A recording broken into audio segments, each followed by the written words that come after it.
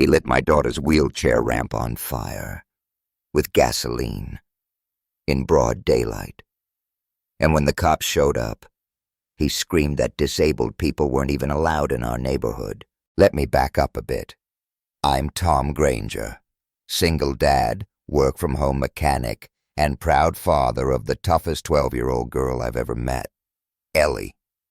She's been in a wheelchair since she was a baby, but that kid's got more fight in her than half the folks I've met in my life. We live in a sleepy little suburb called Fairwood Grove. Quaint lawns, too many bird feeders, and more community guidelines than actual community. We mind our own business, or at least we used to. A few months back, I decided it was time to build a proper wheelchair ramp for Ellie. Before that, she had to wheel around the side of the house, bump over garden stones, and dodge sprinklers just to get to the front door. I figured, screw that. Why should she take the long way around her own home? I built a simple, sturdy wooden ramp over a small patch of dirt right next to the stairs. On my property, not on the sidewalk, not even close to the curb. 2 days later, here comes our neighbor, Grant Mitchell. If resentment had a face, it'd look like his. Salt and pepper hair, stiff collar, always glaring like the world owes him something. That day, he stomps across my lawn like it's Normandy, bangs on my front door like the house insulted him personally. I open it, and he just lets loose. "That ramp is an eyesore," he barks. "You're spoiling the neighborhood. This is a decent place. We don't coddle weakness here."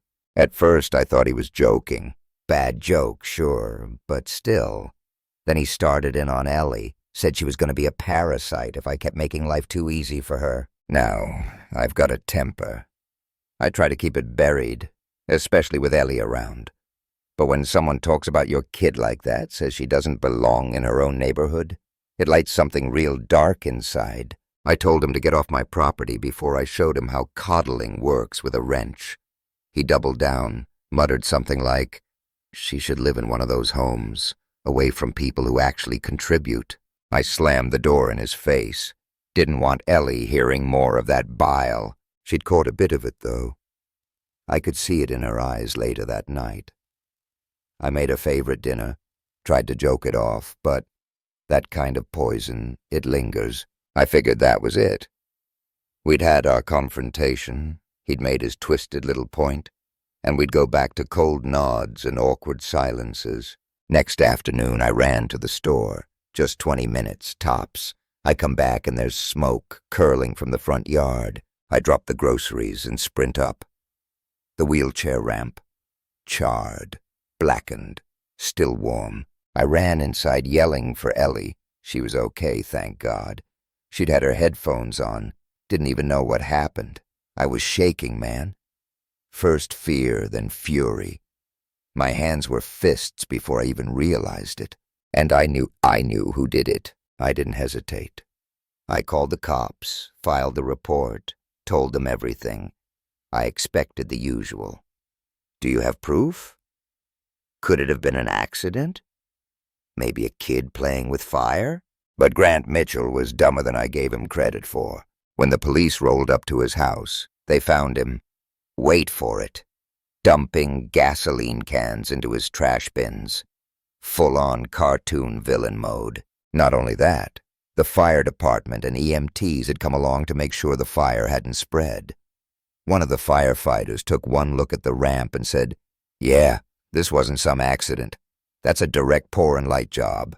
And right on cue, Grant walks out onto his porch and starts screaming at them. "You're wasting taxpayer money on a defective little brat? She shouldn't be living here. This is discrimination against normal people." That was the moment I knew I didn't have to fight him. He was digging his own grave. The cops cuffed him right there in front of everyone. Ellie watched from the window. She didn't cry. She didn't flinch. Just watched him go with this quiet strength I'll never forget. Now I thought it would end there. Some charges, a fine maybe, and then we'd all pretend it never happened. But turns out Grant had been mouthing off about Ellie for months, spreading garbage to anyone who'd listen, and no one did. When word got out what he'd done, neighbors I'd barely talked to started dropping by. First with casseroles, then with stories. Apparently, they'd all hated him, just never had a reason to speak up. But now they wanted justice. They offered to testify, to sign statements. One lady even offered to pay for our lawyer. We didn't let her, but we did find a damn good lawyer. One of our neighbors helped me connect with a civil rights group that knew exactly how to handle cases like this. Grant wasn't just facing arson. He got hit with a laundry list of charges: harassment, hate crimes, reckless endangerment. And because Ellie's a minor and disabled, it was federal, and this man, this arrogant, bitter shell of a human, couldn't shut up. He called the judge biased for wearing a hearing aid, accused me of faking Ellie's condition to milk sympathy. Every time he opened his mouth, he added another nail to his coffin. We won the civil suit, too. Turns out he had money, some inheritance he never mentioned. The court forced him to pay damages, and with that money, I built Ellie a new ramp. This one's stone, elegant, fireproof, and the rest we donated to a project that's building wheelchair-accessible playgrounds around the city. I hope Grant saw the news story. I hope he watched from whatever basement he's rotting in and realized he didn't just lose to a man and his daughter. He lost to a community that wouldn't tolerate hate. One man tried to burn down our future, but we lit something bigger. Justice or just revenge?